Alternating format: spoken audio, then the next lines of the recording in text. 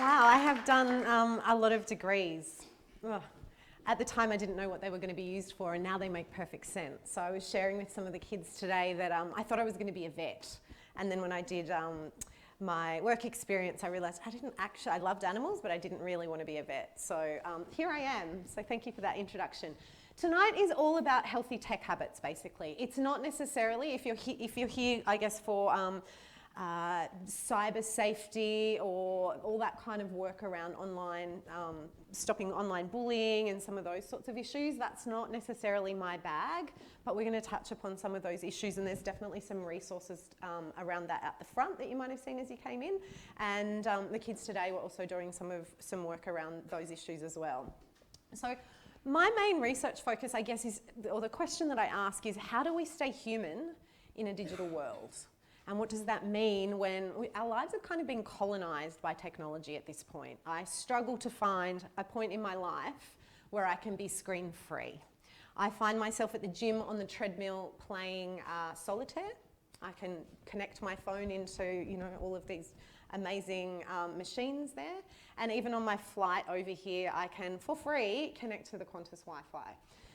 I actually really like being offline, and I had to use a lot of self-control to not log in and kind of keep up to date with all of my emails on that 3-hour flight.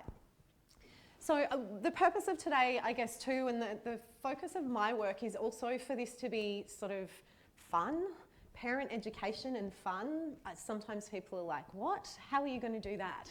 I'm not here to tell you how to parent. I have a 2-year-old, so I'm only starting that journey myself. But what we're trying to do is use some of the information, the research and the practices that we know about how to have good relationships and bring that into how do we parent in this new digital space, in this, parenting at the speed of light and parenting a moving target. So I really want to make sure that we have time at the end for questions, because that's sort of where some of the theory or some of the ideas get put into place. And you'll see as we go, there's much more information than we can possibly fit into 90 minutes. And the complexity of some of these issues around the psychology of technology and young people, their brain development and all the things that happen as a teenager is really quite intense, and I simply can't address it all.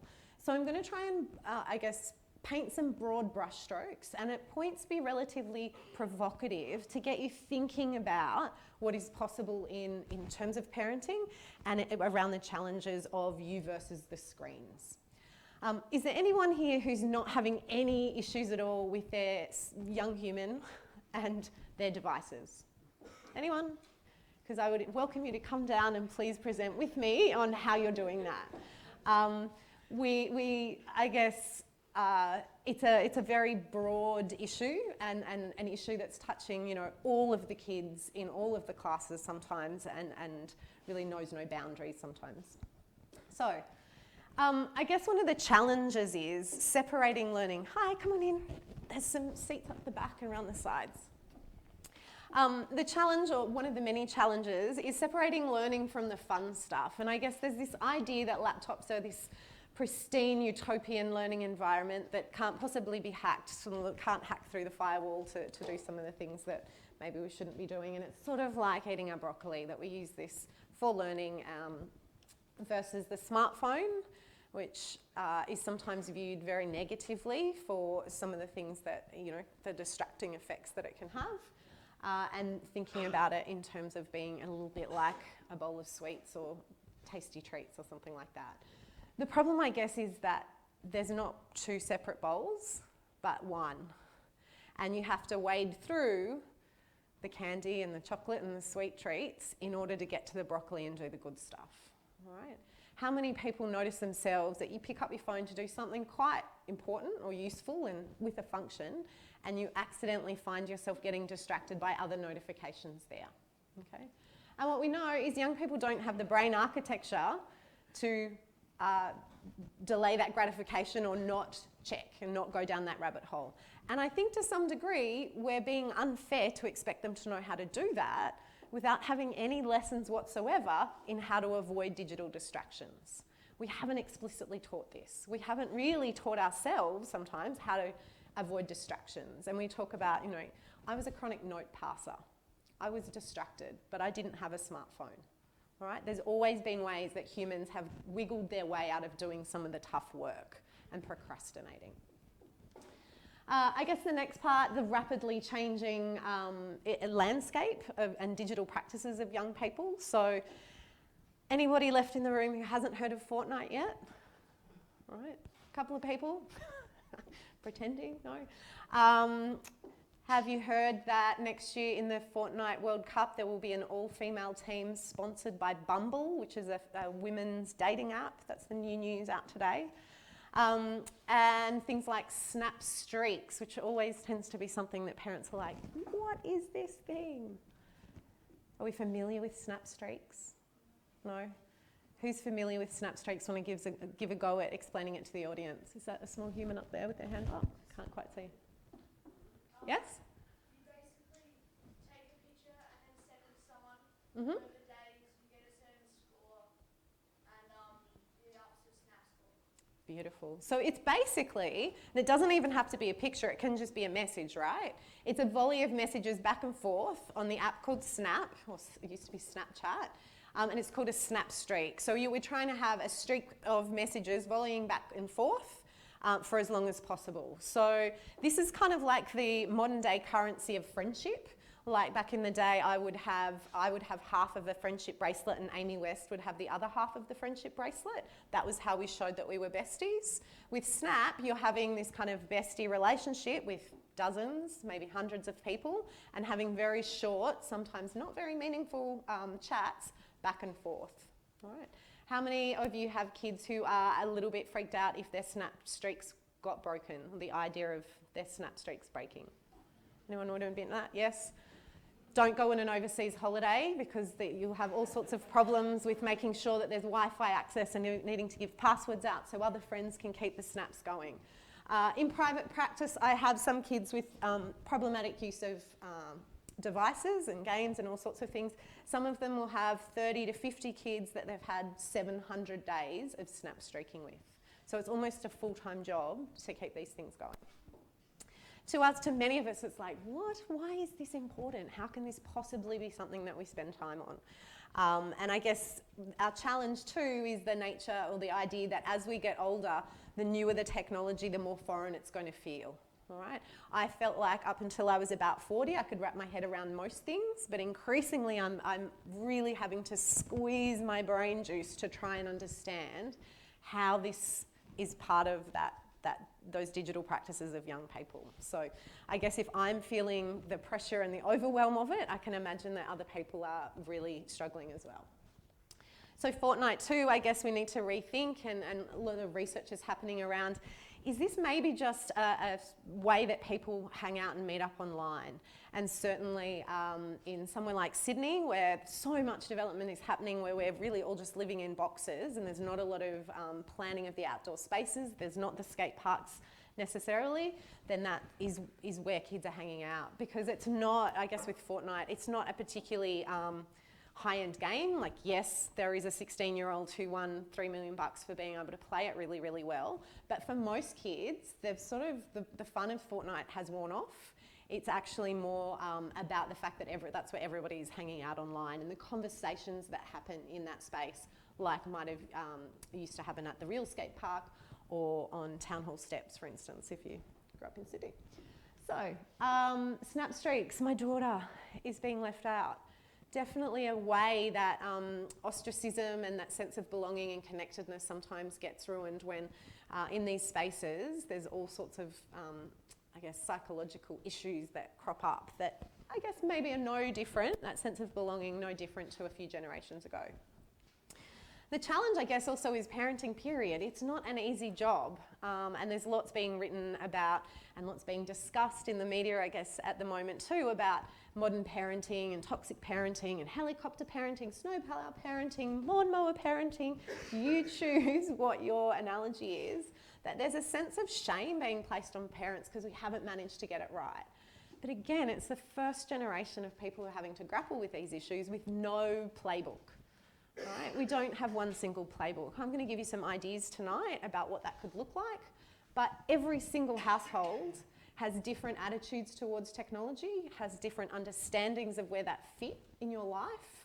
And you have different kids with different vulnerabilities and interests in terms of some of these things. There are a lot of kids who are like, Fortnite is so 2018. They're really not interested in that. They're on to the next thing. Or they're doing really creative and amazing stuff online. They're not just mindlessly scrolling, inspo posts and things like that. So why does it feel so damn hard?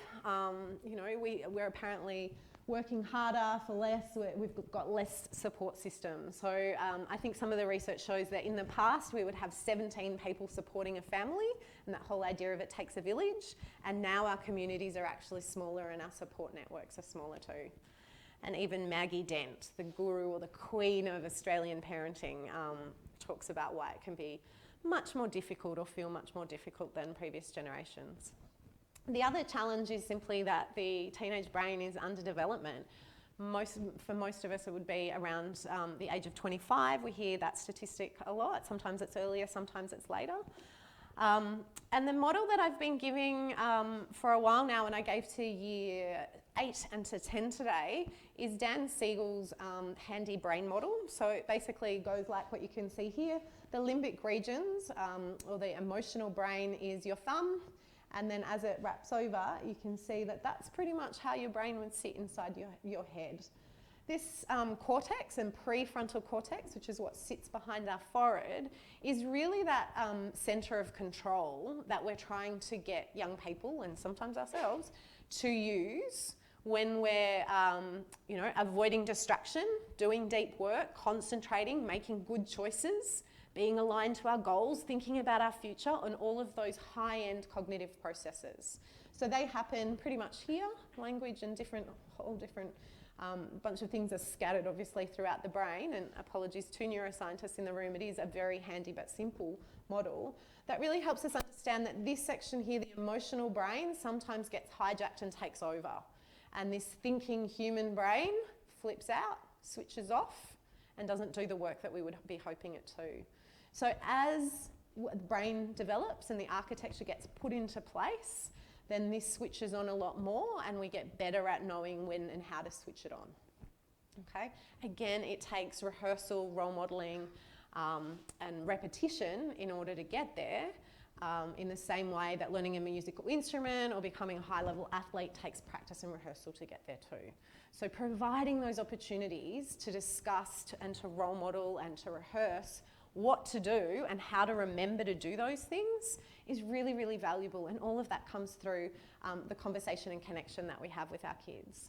So it's kind of like providing those opportunities and remembering, like, when you get stressed out, when you're in a moment where you have to make a really quick decision, we usually forget what the best thing to do is, right? That's one of the natures of stress, is that this is going to rule the roost, and this is where all the problem solving is. So getting good at practicing and rehearsing what to do in a stressful situation while you're calm is really, really handy. It's kind of how pilots and paramedics do their training, right? They don't get, thrown in the deep end and they go, oh, I better work out what to do, now I'm in stress. They've actually rehearsed and repeated some of those things.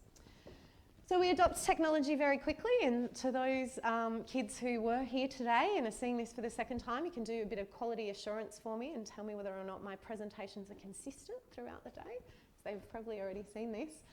We adopt tech really, really quickly. If you think about the time it took to get to 50 million people, TV took 13 years.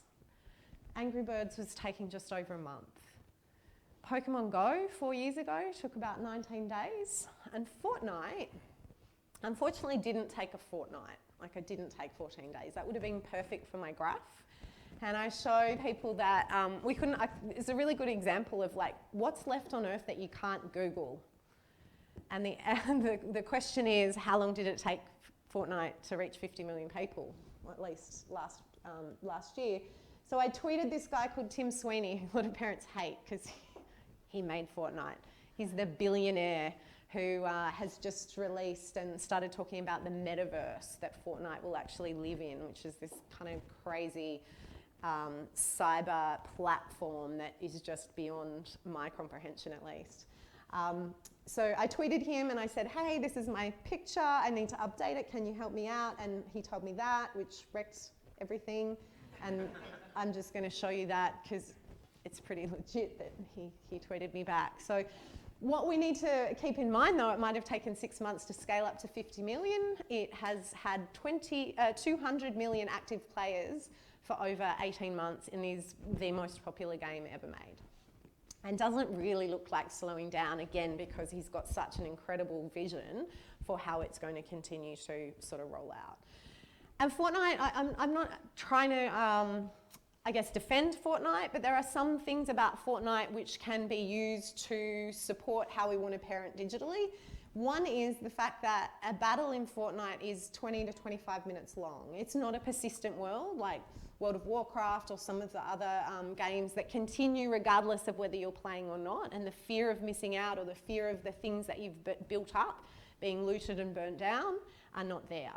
So part of, I guess, the other bigger conversation that I try and introduce with parents is the idea that after tonight, I would really recommend you find other parents that you can kind of continue this conversation with, that you learn. I guess one of the things that parents always say is, how do I have these awkward conversations about digital parenting with my kids' friends when they go to their place? Because we've got really great rules here, or we have a sense of what we're doing, but when they go to their other, their mate's place, the rules are off, and I get really uncomfortable with that.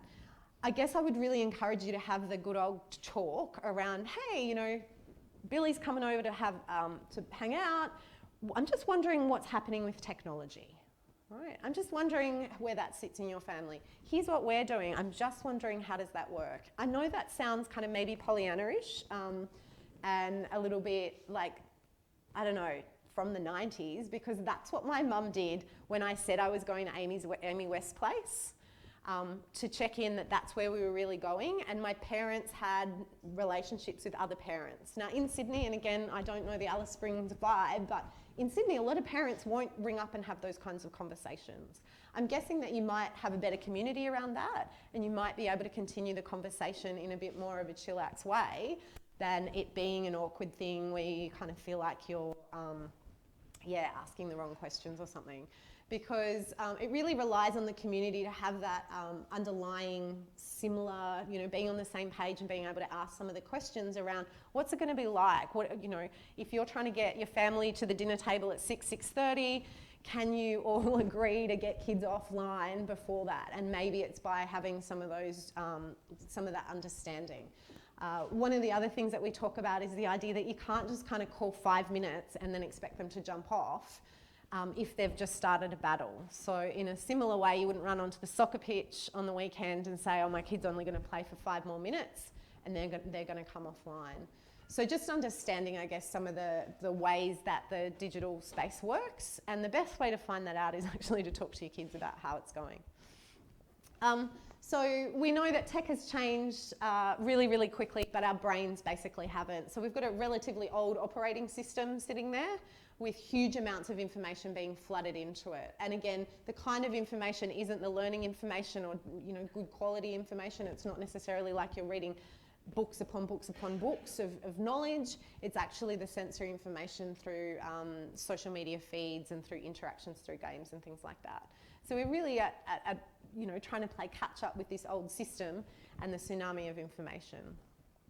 So we are wired to connect and share. It's really, really central to who we are to share resources and be part of something. I guess it's not then so much of a cliche that one of the big things we share on social media, or Instagram in particular, is known for sharing photos of our food. That's a way that we actually, where did my thing go? It's because my computer crashed before.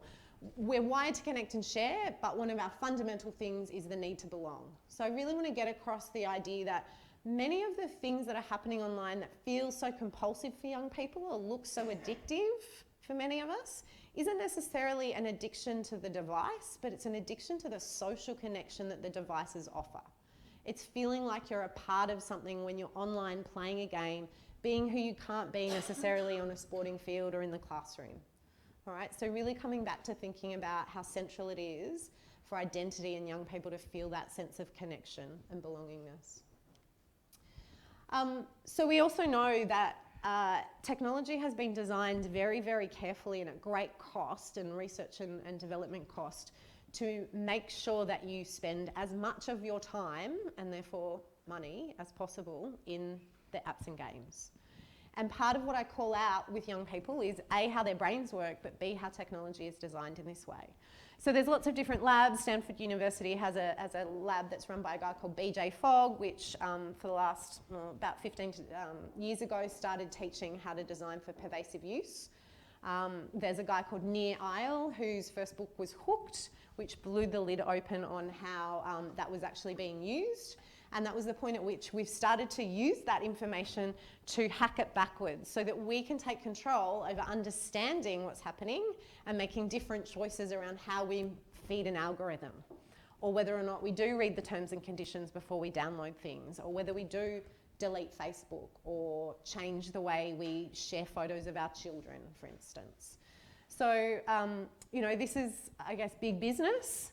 And that business is slowly being whittled away by the call for people to design with ethical principles in mind. And there's a few different organisations which are calling out for that.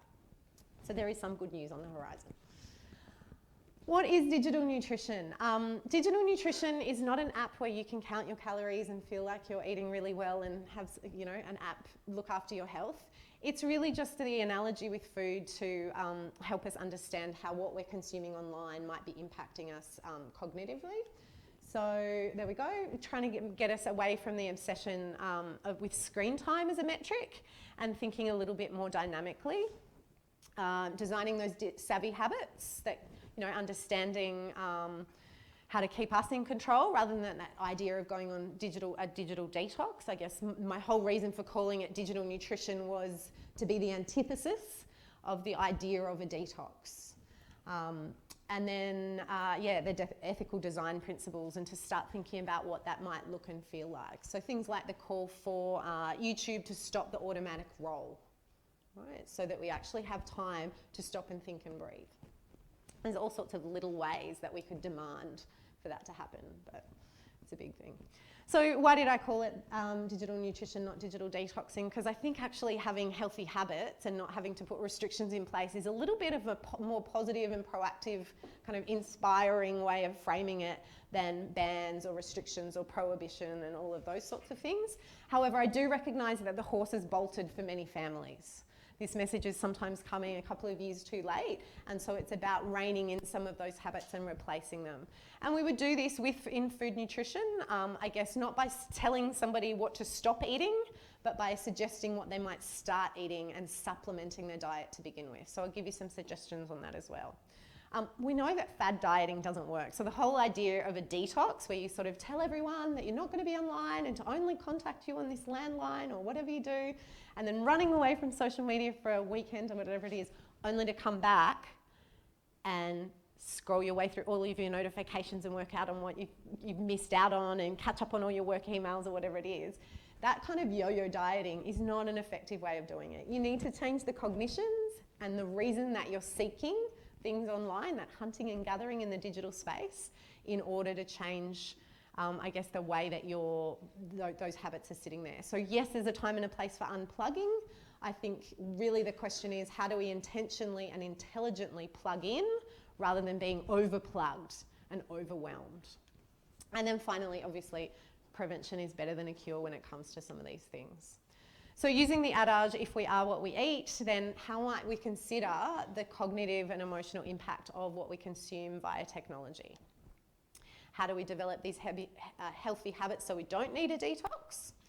How do we feed our mind the best information and ideas? And I guess this touches upon media literacy and some of the fake news and misinformation sort of situation that we're in, because there is simply so much information out there.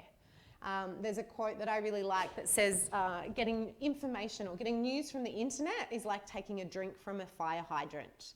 You're just like smashed with all of that.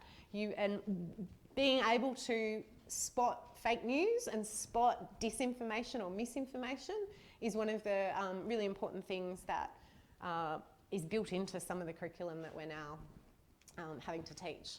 And imagine if apps and games came with nutritional labels. So we could actually go and look, okay, before we download this, How much narcissism is in this?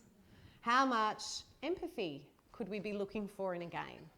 Is there, and I've proposed this in other talks, you can probably see a talk that I've done in San Francisco at Twitter headquarters a couple of years where I introduce the concept of virtual vitamins and I give you some ideas around what virtual vitamins might look like. Haven't quite got around to designing the actual nutritional labels, but there are some people who are giving that a shot. I think I've built that into this in a little while. So as I said, we need to think a little bit beyond this idea of screen time. We get a little bit obsessed with the metric of 2 hours per day, which is what the Australian government has sort of put out again as one of the guidelines. They've also made a lot of suggestions around how we parent with technology as well to supplement that. But sometimes the question does come back to, so how many minutes is okay? And that question is obviously impossible to answer because the content of what you're consuming and the context of what that's being consumed in is really, really vital to have a look at. So these are the questions that I would ask you to have a think about instead. The first one, as I said, is the content. What is actually being consumed? And is it, for instance, developmentally appropriate? So a 8-year-old playing Fortnite, which is a 13 plus rated game, I would say is not okay, right? Just from that. We then want to zoom out and look at the context though. And I'm not advocating that an 8-year-old plays Fortnite. I got some angry emails last time I gave this example, so listen for the nuance here. It's about the context. If that 8-year-old was becoming really difficult and had older siblings who were playing that, but you guided them through playing that in order to show them some of those things and maybe mitigate that, but there were clear rules around it, that might be really, really different. If you were playing, you were role modeling, you were using a particular mod or server to play in a particular way. All right. So we can't look at one thing without the other, and we'd have to look at the kid, the relationship, all of the other things where that fits in. So please don't say, she said it's okay for an 8-year-old to play. I'm saying the context of any activity needs to be considered. All right. And then the context, so the situation that the tech use is occurring in, the classroom, the bedroom, alone with others, and then looking at, for instance, 2 hours online, what were you doing for the other 22 hours of that day? If you only slept for 5 of those 24 hours, then that's out of whack, right? The 2 hours maybe is too much if you haven't had enough sleep. So I always start when I'm working with families talking about what's your sleep hygiene like? Are you getting enough sleep? Are you going to bed and falling asleep? A lot of kids go to bed but stay awake for hours on end because their circadian rhythms have been so disrupted by a range of different things, some of which is just the sensory loading of the information they're consuming. The big move in horror at the moment and the obsession and fascination with some full-on horror stuff is part of what's keeping them awake. Then one of the other things that is really, really tricky to actually map and do research on is the cognitions. What are you thinking when you're scrolling through Instagram and looking at that hashtag? All right, I can't really dose 2 15-year-olds with the same social media feed because they've all fed the algorithm in different ways that they get slightly different feeds, but I can't really map whether somebody's looking at that stuff going, this is curated rubbish. I know that influencer has spent all day and has lots of lighting trying to get their, flat lay of their beach holiday right. Whereas another kid might go, wow, my life is just not fun. Something wrong with me that I'm not having these experiences. So being able to actually talk about the motivations and the things that they're thinking when they're consuming this is a really, really tricky thing, but really quite a turning point in terms of whether or not the tech use is functional or dysfunctional. And finally, the function. What's the reason for the tech use? Is it to avoid, for instance, social interaction? Are you using the tech use to study? And there's a lot of kids who in their leisure time will do more study. And that's a great thing. It might be though, again, if they're studying too much and not getting enough sleep, that's an issue as well. And I've worked with some kids at the moment who are kind of like, if we wanted to talk about, dysfunctional use, they're reading addicts. They're actually staying up reading until 1 or 2 o'clock in the morning because they're so engaged with the books that they're reading, right? And that becomes dysfunctional because they simply can't process what they're reading. They're not getting enough sleep then to be able to learn the next day, as much as they love learning. So there's bigger questions to be asked here. So here's an example, I guess, of the context and content. Here we have a young person reading a book. Now, we generally would praise that and they'd be like, oh, you're reading. We'd really want to ask, sometimes I'd be fascinated, oh, what? We don't know what she's reading though. She could be reading the Anarchist Cookbook or 50 Shades of Grey. And if she was at a birthday party reading, then we'd be like, why aren't you hanging out with your friends enjoying the party? Whereas when we see this guy, and you know, I'm using gender stereotypes here for a reason, we sort of probably make a whole bunch of assumptions about where his life's going and what his opportunities for the future are. We maybe don't ask what kind of game he's playing. And it could be a game like the Fold It game, which was played by about 60,000 people close to a decade ago now. And the aim of the game was to fold proteins in order for scientists at a university who were stuck on their research. And they'd sort of gone over the same problem a million times and they couldn't work it out. So they threw it open to people and their job was to fold these proteins in a different way. And they got all of these fantastic new ways of solving the problem, which is really handy for humanity because what they were actually trying to research was the vaccination for HIV. So some of the games that you can play and that are quite popular, though not on a Fortnite style level, are solving real world problems.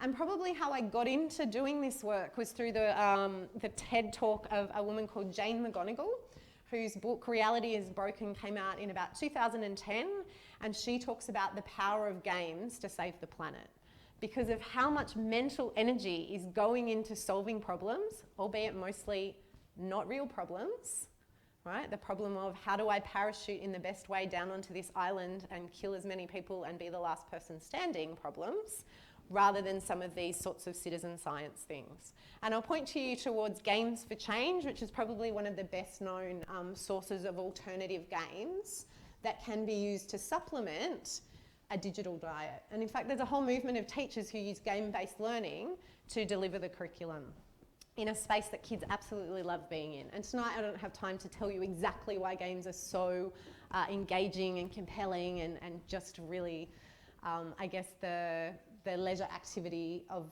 this generation, but there's lots that you can read online and through my website about it.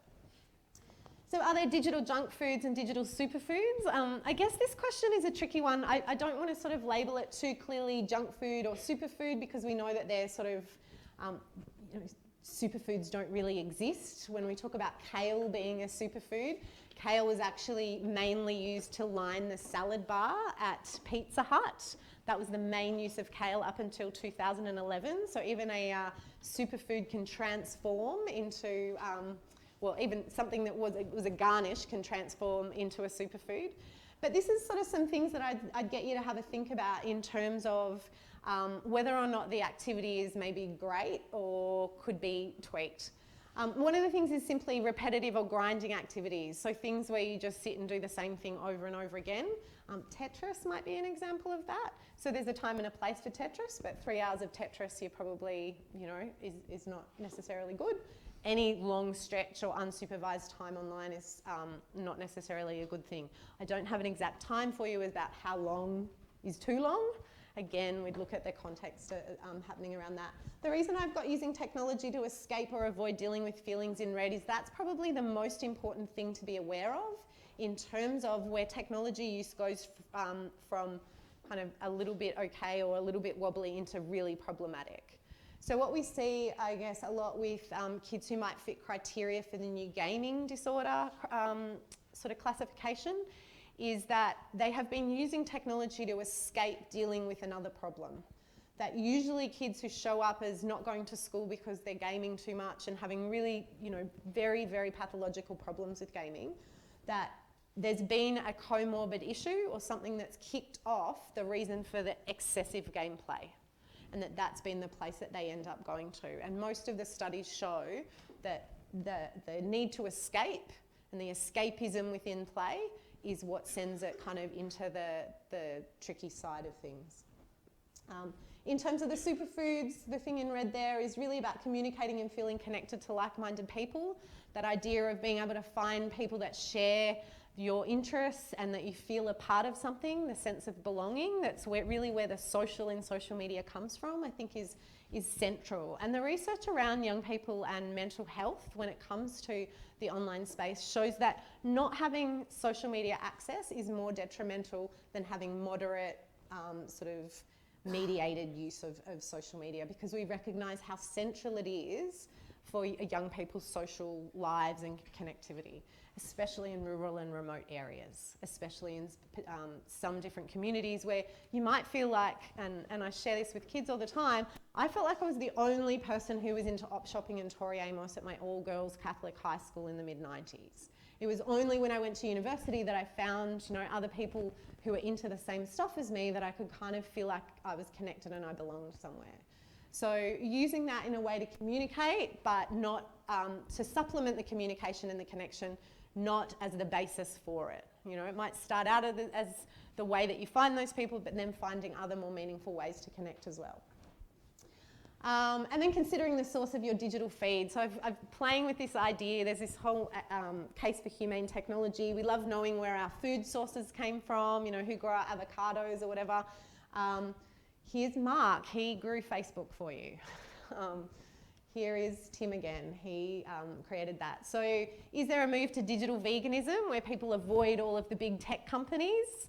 I don't know. But certainly there's a lot of pushback against participating in some of those. It's pretty hard unless you choose to use an alternative search engine, which never finds you what you need to find to go into this space. But I think this is where people are moving towards. That online supermarket just has so many choices and there's no rigorous way of credentialing things, so it is really, really difficult. As I say, you can watch that. I won't go into virtual vitamins today. So we can think about, you know, do we have a diverse digital diet? We've got that whole idea of eating 5 different colours of food and serves of vegetables every day. Are we doing that, or is that really just a hot chip serving, sometimes with, you know, tomato sauce, sometimes with vinegar, just to mix it up? What's the relationship with technology like? Is it sort of this is a meme called "Women Alone Laughing Eating Salad"? Is it this kind of like, no. You Google it, that's hilarious. It's from a few years ago. If you like, apparently ladies, if you eat salad, it's always by yourself and it's hilarious. So, or is it more like this? Okay, so really kind of just building out that whole food analogy, all of the things that we've grown up learning about, and sort of so much has been put into understanding what healthy eating is and what general health and well-being is, that we can buddy some of these concepts off one another.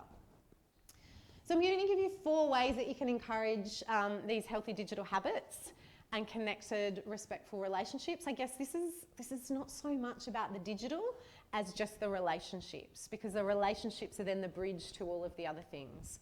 So the first one is setting, communicating, and then being able to enforce the guidelines around what you want for your family and technology. The next bit is using emotion coaching, and generally this is a really handy thing to be able to use. Diversifying the digital diet, and I'll give you some digital superfoods, and then understanding the power of role modelling. So generally limits and guidelines kids really love, right? When they're in games, there are clear rules, there are clear limits, and there are clear things that you can and you can't do. So yes, they might test those limits, right? Which is a completely different thing. And I give the analogy, you might have seen this video online when a guy talks about when you get on a roller coaster, if you remember getting on a roller coaster, I can't tell you the last time I was on one, but I can tell you that when I got on the roller coaster, the first thing you did, the lap bar came down, what did you do with that lap bar? You shook it to make sure it was going to hold steady. So the analogy that he gives is that when kids are testing boundaries, they're shaking the lap bar and they're testing whether or not you're going to hold steady for them, because they need to know that when you set a boundary, you mean it. And that's what they're doing when they press those buttons. So the trick is to hold steady and be that lap bar. So there's 2 parts to technology use. One is the, getting it and the unboxing it and then setting it up for you, because let's face it, they know how to do this intuitively and we struggle. Every time you get a new phone, it's like, can you help me make this work? And then there's the social and emotional skills that go with using it in the way that we hope that they should be able to. And again, we need to teach these things in order for them to know how to do it. It's not, I guess, enough to give a one-off lesson in the shoulds, because that doesn't really sit very well. And in a situation where the shoulds are going all wobbly and you've got a whole bunch of kids stacking on a message group, they're going to forget what to do. And they're probably not going to do it and be like stand out in terms of how they show up to their peers, okay? So we need to rehearse and repeat these things, unfortunately, quite a bit. So setting the limits and guidelines and how to do that and what they might look like. This is actually, ends up being a whole day presentation. Generally, we'd want to do it before the device is purchased, but the horse is usually bolted on that. So the next time that the device is being upgraded or there's a birthday or something like that might be the time that you reset what's going on there. It could be that you do it next week, that you go and resource a bit and have a think about some of these things and put some things in place and start the change. Consistency is really, really key to success, and using empty threats is really, I would recommend you not do. So if you say that you're going to throw the iPad off the harbour bridge, that is a really long way from here. But I can show you where to park at Observatory Hills so that you can actually just throw it off the harbour bridge. You need to be prepared to do what you say you might do. And that's that kind of checking the lap bar. Get the kids to have input into what the family guidelines might be. They might have some suggestions for how you could be using technology differently. And that's one of the key ways that my work has been changing, is that it used to be the conversation about kids and technology, and now the adults will put up their hands and say, yeah, I need help too, because it's crept into our lives. Our work emails are on our phone, we're checking just before bed because we're trying to keep on top of things, and we're not having that space to just decompress our mind. We want to be clear and detailed, but we want to have room for flexibility. So for when the assignments are due and they need to stay online doing schoolwork for later, you need to be able to be a little bit agile around that. The bowling lane analogy that I give for target behaviours, and I forgot to say at the beginning, usually I put typo bingo in. So then I leave some mistakes in there just to check that you're paying attention. So you would at this point call out bingo because I've spelt it wrong. The bowling lane analogy is simply that you want to get the behaviour in between the bumpers. Anything in between the bumpers is a red hot shot at having a go. You're not always trying to get a strike and the perfect 10, but as long as it's within the kind of expectations, then you're on track. Anything outside of that, that's where that kind of coaching, the consequences, the other stuff might need to kick in, all right? We also need to, as a part of this process, check that our bowling lane isn't too narrow or it's not too wide. And again, I can't prescribe exactly what that looks like for all different families. That's part of, your check-in or your, conversation that you might have around what you want your family to look like, or that to look like. Devising a digital agreement, there's lots of resources out there around what contracts might look like or how you put things in place. I guess I'm cautious about it being too contractual and too sort of like the terms and conditions of all of the other social media things we just click OK to and say, please just let me access. Kind of needs to have some sort of meaning rather than it just being something everyone signs and says, yes, I'll do that, and then 2 weeks later no one's doing it. Individualise it, obviously different siblings need different things there. Being kind of cautious of using screen time then as a currency for rewarding good behaviour, because then you're in a bit of an endless cycle. And think about including the offline activities as a part of what your agreement looks like. So a part of the sleep hygiene or keeping up with, the sports or different things that you might be playing, how much time you actually spend connecting face to face. There's a lot of different resources there that you can find online. Again, just be careful of not sort of dissing their world or not invalidating some of the things that they're into, because by invalidating some of those things might mean that they don't come to you with the big stuff because they feel like, oh, you don't get it, you're not interested, it's not your thing. It is our thing. Their well-being is our thing. It's just sometimes all the stories about Fortnite and everything that's going on is not so much our thing, right? I really encourage you to think about how you keep the bridge open to young people coming to share with you the really tough stuff. Because one of their biggest fears, sorry kids in the room, I'm gonna let the cat out of the bag here, is one of their biggest fears about coming to you about the stuff that's going wrong online is that you're gonna take their phone off them. And that's kind of like cutting off their third arm or killing the family pet. Because for young people, their phone and their technology and the connections they get through that are more important to some of them than the family pet, if you have one. And in fact, there's this, I don't really like this research, but there's a dude who asked the question of young people, would you prefer to have a bone in your hand broken or to lose your phone? So break a bone or lose a phone, you choose. Guess what young people are choosing? They would prefer to have their hand broken than to go without their phone. So the threat of you taking that away when you do go to them, when they do go to you and say, hey, guess what's happening, is really real, and sometimes the reason that kids are not going to you, all right? As well as, you know, the fear that they've sworn in the text message to the potential cyber predator that they don't want you to know that they were swearing to this person, right? Those things in their little mind they don't get, you don't care about, you care that they're safe, all right?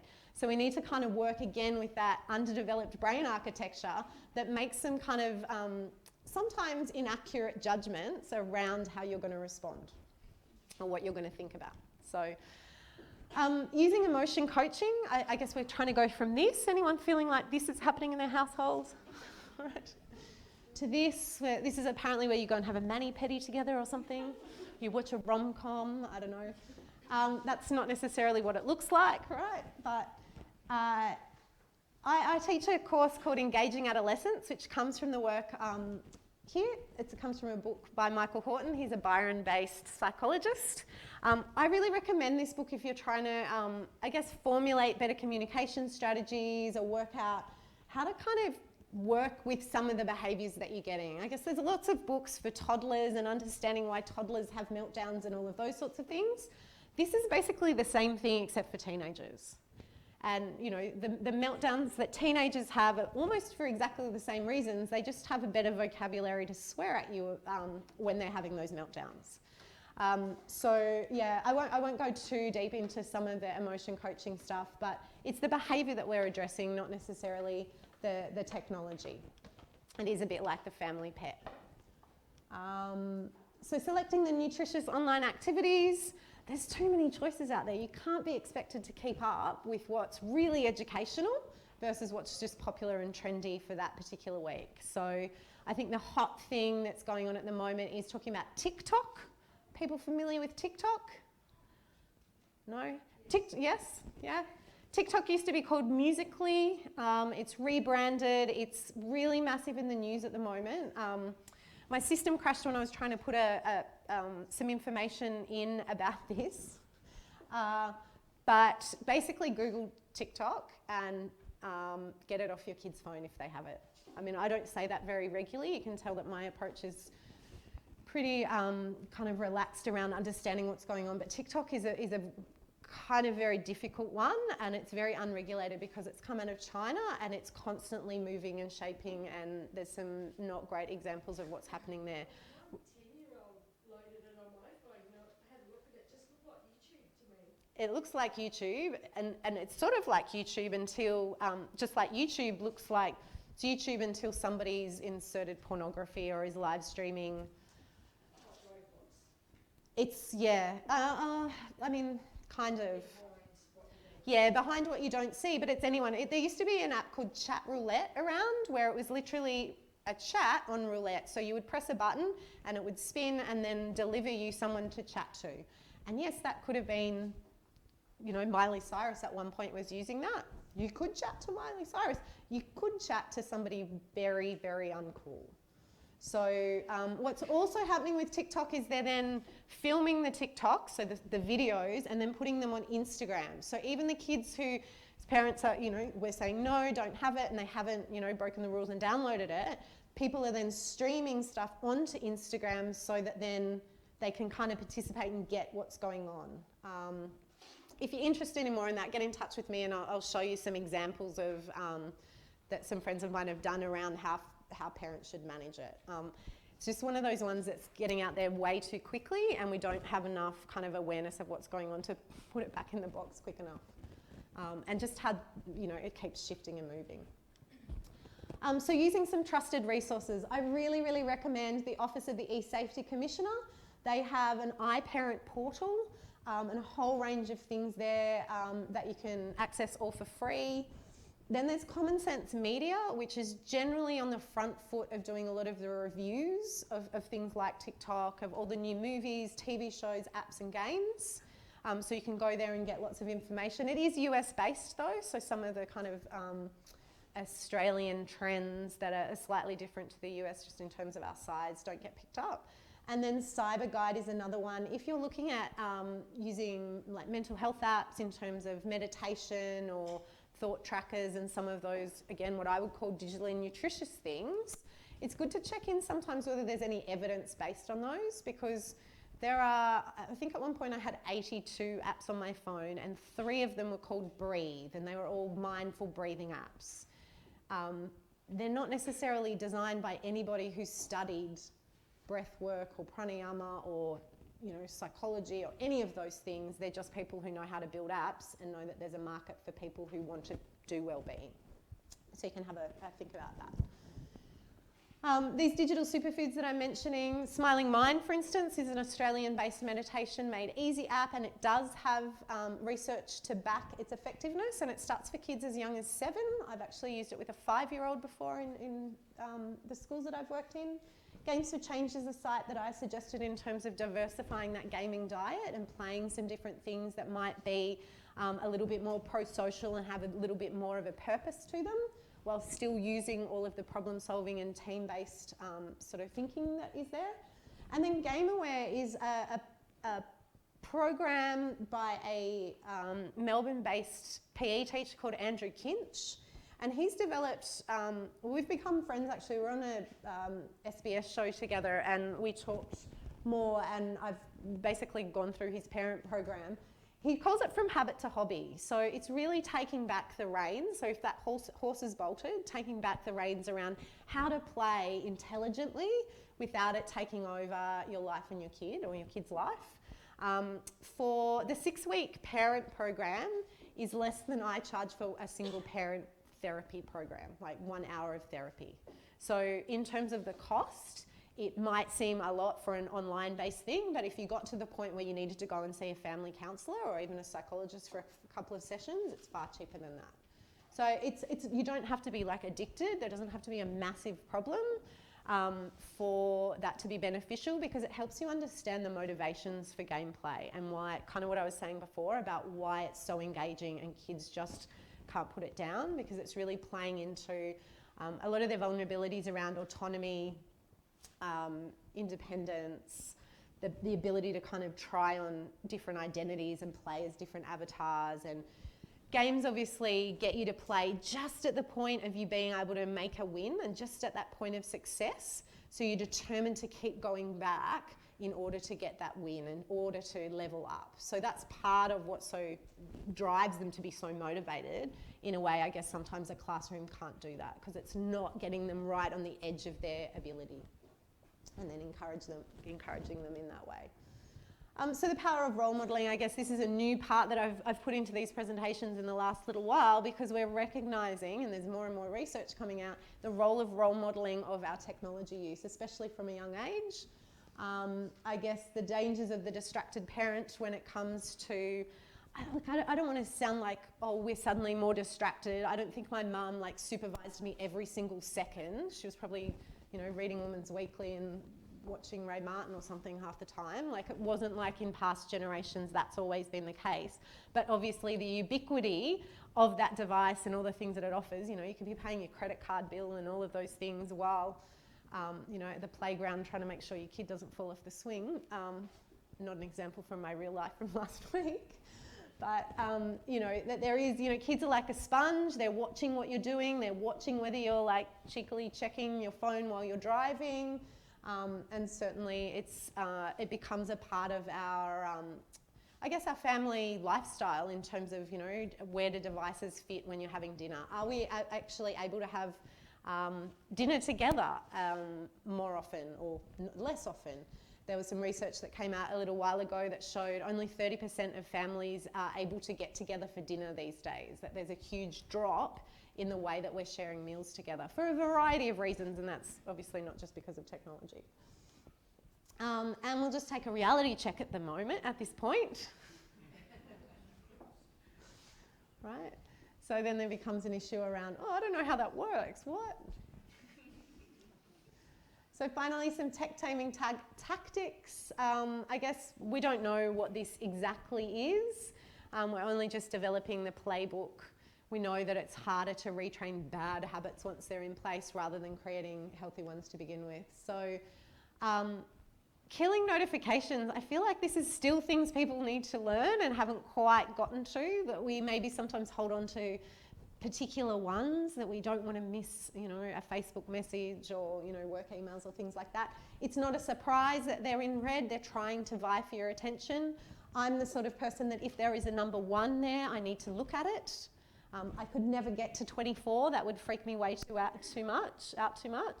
And certainly the people who have thousands of unread emails, I don't understand. Right? I'm that sort of person. So kill off those notifications. There's other things that you can do. For instance, go to grayscale. You just go into accessibility and dim all the colours. So there's not that sort of attention-seeking thing happening with the colours on your screen. I have mostly deleted social media off my phone. One thing that I would recommend, if you're not ready, if you're not at that point, or your kids aren't at that point where they're ready to delete it, at least log out of it. So you have to use your password, exert some brain power, put your password in and be nudged into, oh God, I've got to put my password in. I don't really need to check.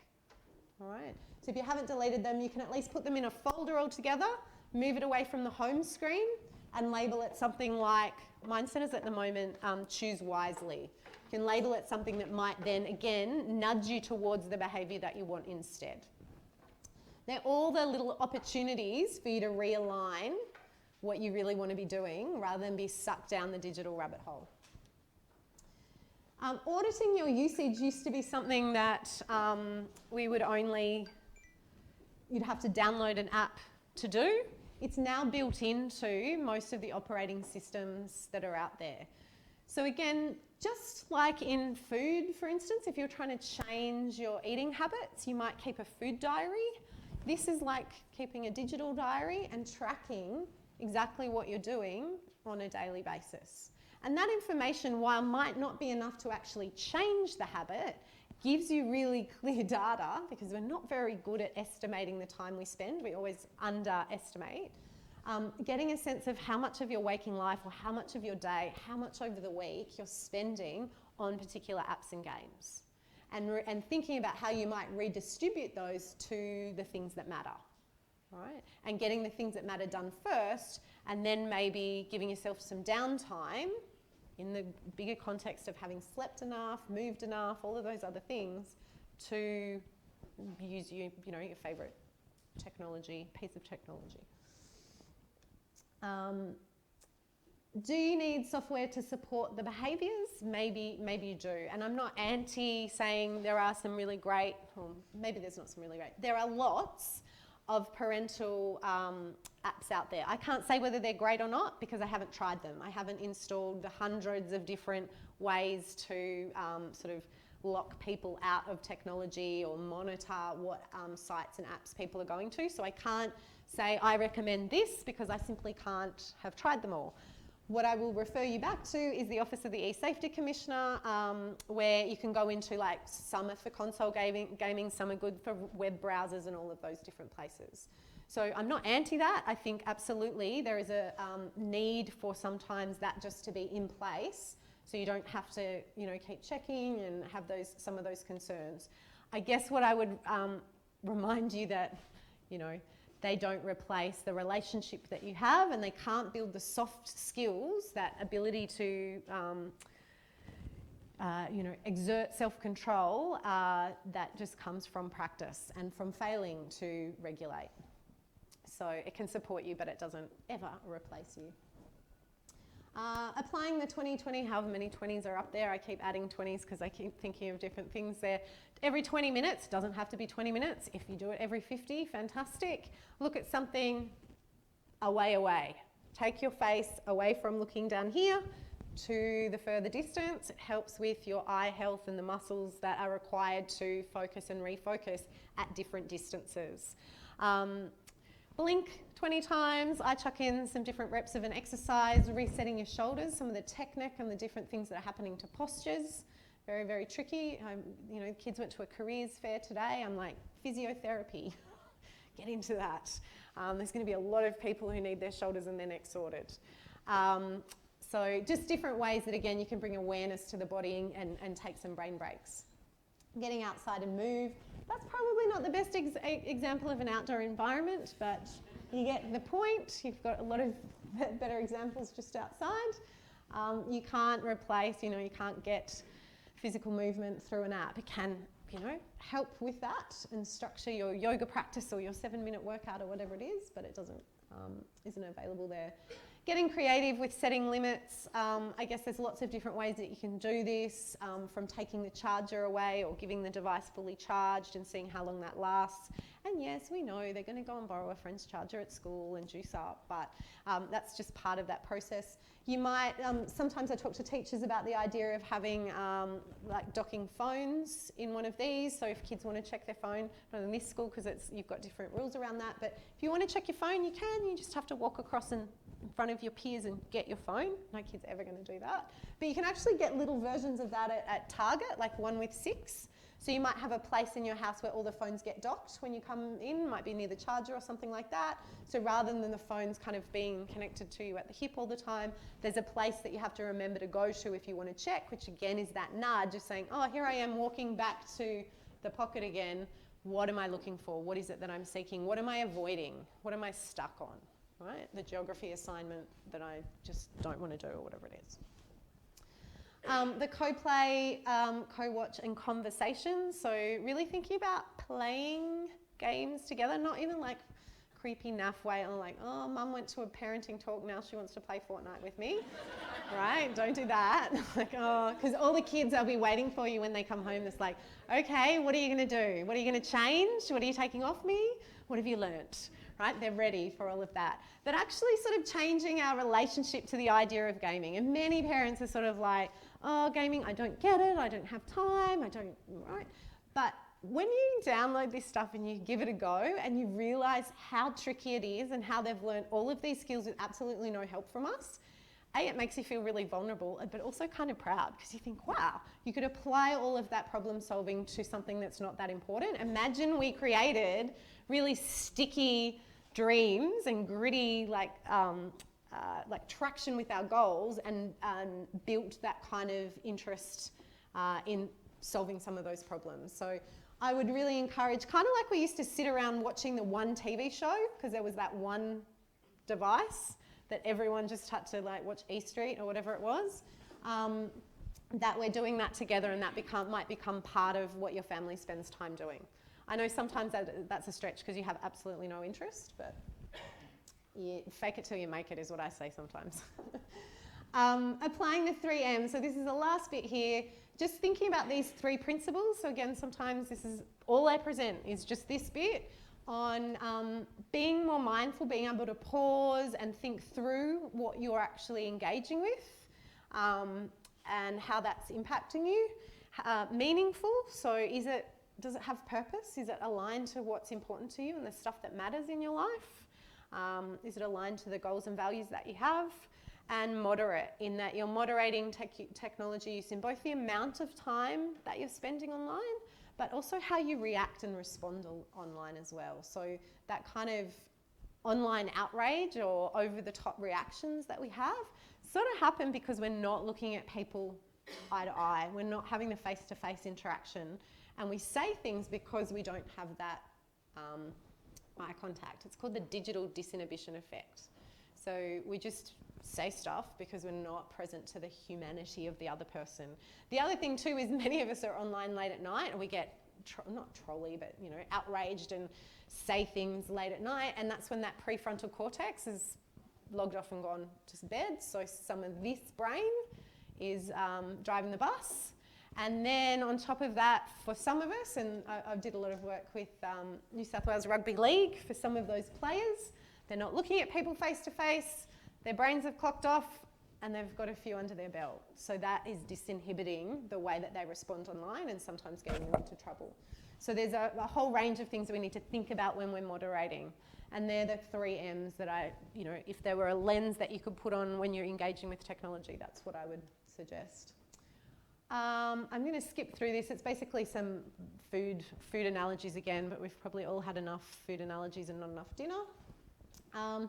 Technology in bedrooms. I would prefer all technology to be out of bedrooms, but I recognise that getting an old analogue alarm clock, like some people recognise, is kind of impractical, because do you remember those that you have to like hold down the button and go through the whole thing, and then that's the joy of the smartphone, is that you can set every single day for when you want to wake up, you can set it and forget it. So you can actually use your alarm clock on flight mode. You don't need to have internet connectivity for some aspects of your phone to work. So in some contexts it can be useful. So for some people, when they need certain apps, don't need, but there is a use of certain apps to help them get to sleep. So some kids that have sleep onset disorder, they're using apps to help them calm the brain, particular auditory cues that they're using. That might be a reason that they that they have their phone in their bedroom, for instance. But then we use parental controls to lock down some of the other things, because we know it might just be too hard for them to sort the candy from the kale and sidestep the fun stuff to eat the broccoli, eat the digital broccoli. So maybe it's about some of the rules for the whole family. Who would love to be able to turn the modem off at 9:30 and kind of go to bed a little bit earlier, right? For many of us, we're tired and wish we could have more sleep as well. So there's different contexts, but generally I would say phones out of bedrooms, and technology generally used in passive areas rather than in bedrooms. And finally, observing a digital sunset. So getting phones docked away and off to bed at least half an hour before we attempt to go to bed. You might remember having to read Goodnight Moon to your kids. This is a real book called Goodnight iPad, which I occasionally read to mine. Mostly I read it to myself. So, you know, just kind of thinking about how we can protect. I'm really keen on protecting sleep zones and getting enough sleep. And that was, again, another big message that I gave to Year 8 and Year 10 today, around needing to make sure they're sleeping enough so that they can be coding their learning, and helping basically manage their mood and metabolism as well, because we know that lots of things go wrong when the sleep gets out of whack. So you take home, I guess maybe have a little reflect on what you've learnt, what pressed some buttons for you, what sat well, what maybe didn't sit so well, whether you have any more questions around that. What could you do differently as a result? So it might be nice, you've learnt a lot of things, but I would really like to see that where our behaviours are shifting, even on a small scale. And to do that, I guess sometimes we need more support to make a change. So one of the big reasons why our New Year's resolutions fall flat by about the middle of January is that we've made resolutions and we have, you know, ideas about where we want to be, but we haven't got the support to help us get there. So have a think about what other things you might want to follow up on. There's tons of resources on my website, and I think that's the basic reading list. I've added a new one called The New Childhood that's come out in the last little while. The ones in red are the kind of two ones, if you had to pick two to read, they would be some that I would suggest. Engaging Adolescents is just a really easy how-to book on managing change and communicating. It's not kind of lectury or shouty, which is sort of sometimes where some of the current books on parenting in general are going. If you've had a look at anything John Marsden has written lately, it's devastated me. He wrote such great books from my childhood, and now he's just a grumpy old man. And then you can keep learning and stay in touch. So as I say, there's lots of different resources online, but I really want to jump into taking your questions if you have any, because we've got, a good 15 minutes, 20 minutes or so. I've got two comments. Just, Sure. On Fortnite, you said the good part of it. Good. Well, Good. On Yeah. your, Yeah. on your good Yeah. side in red was the communication Mhm. part of it. Mhm. I found it's also very inclusive. Mhm. It can kick you out of a party, and it almost becomes bullying. And also my son will go to his mate's place, who's a massive tech head, and he has to bring his PlayStation. So they sit. He's at a sleepover. Yeah. They set Not him sleeping. up in the lounge room with Oh. his PlayStation, and his mates in his Oh. bedroom. Yeah. And that's how they play. That's their sleepover. Yeah. But it's really bad. Yeah, so again, you know, it's having those conversations like, is there just not enough space, or how can you play? It's a logistic nightmare, right? And we're maybe not technologically minded enough to be able to go and fix their play setup. So, Yeah, and as you said about like discussing with the parent, like having yeah, like how do we negotiate that? Yeah, yeah. I guess too, on the communication thing, it is not pretty language sometimes. There is a toxic subculture in gaming around the way that people speak to one another. And again, when you're encouraging gaming out in the open and you hear the way that they speak to one another, they generally monitor that. And they won't speak like that when you're around.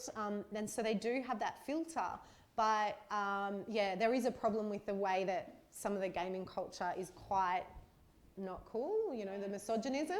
And that's a part of like, that's a part of the problem. And how do you negotiate that if it's happening away, you don't really understand what's going on, and it's not kind of part of that conversation. That to become connected and Yeah. part of the group, Yeah. and then they get kicked out or Yeah. muted. Yeah. Really And that's why coming back to the face-to-face communication and the kids that are part of your social circle still remains very, very central. And talking about the values and what we do and we don't accept in our friendship groups. And kids are getting better at being upstanders around that stuff, but we still need to keep supporting and teaching and role modelling, all of those things. Like, that's the biggest thing in bullying is the movement to developing upstanders rather than having kids who are bystanders. So, yeah. Thank you. Yes? That was brilliant. Thank you so much. Oh, that's all right. I'm a Wi-Fi refugee, Mhm. but I'm living with brain cancer. Uh-huh. 6 months before my first seizure, Wow. I woke up with my mobile phone stupidly Oh. under my head, Wi-Fi enabled. Just in case Wi-Fi is harmful, Mm-hmm. I implore the people of my community, turn off your routers at Mm. night time, keep everything out of your bedroom, please. Families in Silicon Valley are doing this, so if the families in Silicon Valley are turning their Wi-Fi off when they're not using it, please, please, please, please, Yeah. just in case it is harmful. Yeah. Thank you. Yeah. That's awesome. Yeah, thanks. So yeah, we don't exactly know what's going on, but it can't hurt to turn your Wi-Fi off at night for anyone, right? In terms of whether there is radiation or whether there are people waking up at 2 o'clock to get online to talk to their friends. So absolutely. I hear my alarm clock that I still have regular on my phone has an alarm clock, but you can hear the when Yeah, but you can have, it can still, your phone can still do those operations without that connectivity. Yeah. So, got other people, I can't see very well up the back. Yes? I really like my kids to self-regulate their use. I really don't like having to be free. Mm. And my husband and I have to put them through it. How realistic is that? For them to self-regulate? Yeah. And how do you So that, develop that? so how do you develop it? It's a really good question. Part of it, like the best cure for being a teenager is time. I tell that to kids all the it's my regular like one-liner to them, is that we can't necessarily speed up that process. We can do a lot of things to supplement it. For instance, model it, expect it, encourage it, coach it. We can restrict things that might detract from that. We can reward in different ways. But actually learning to self-regulate without any support to do it spontaneously, I think is super, super unfair, especially now. Maybe 20 years ago, I could have learnt that more easily because I didn't have the entire world connected in my pocket. So that's why I sort of say, I think schools, not just schools, but society at large is making unfair expectations of young people given that they don't have this happening fully. Some are fantastic, don't get me wrong, I'm generalising, but generally that's not there. And then there is this amazingly powerful tool for distraction and connection and access and, wow. So you can support it, but you can't guarantee anything. Yeah. Happy to talk more like about my ideas around that. One of the ideas that I have is the stronger connection to a future and a sense of yourself in the future. And I touched upon this a little bit today, that you have, the easier it is to make sense and sort out whether or not something is part of the stuff that matters. So There's a new book coming out called Indistractable, and it's got a great model for traction or distraction, which is basically action is the root word of both of them. You can be distracted or you can build traction to the stuff that matters. One of the things that I'm not doing at the moment is finishing a blog about that piece which pulls apart that model and talks about this in terms of young people. So when I finish that tomorrow on the flight back to Sydney and it gets published, I can send you the link. You know, I'm in the middle of grappling with that myself because it's yucky. I don't want to do it. I want to do it, but I don't want to do it. So I'm grappling with that. Everyone's grappling with that.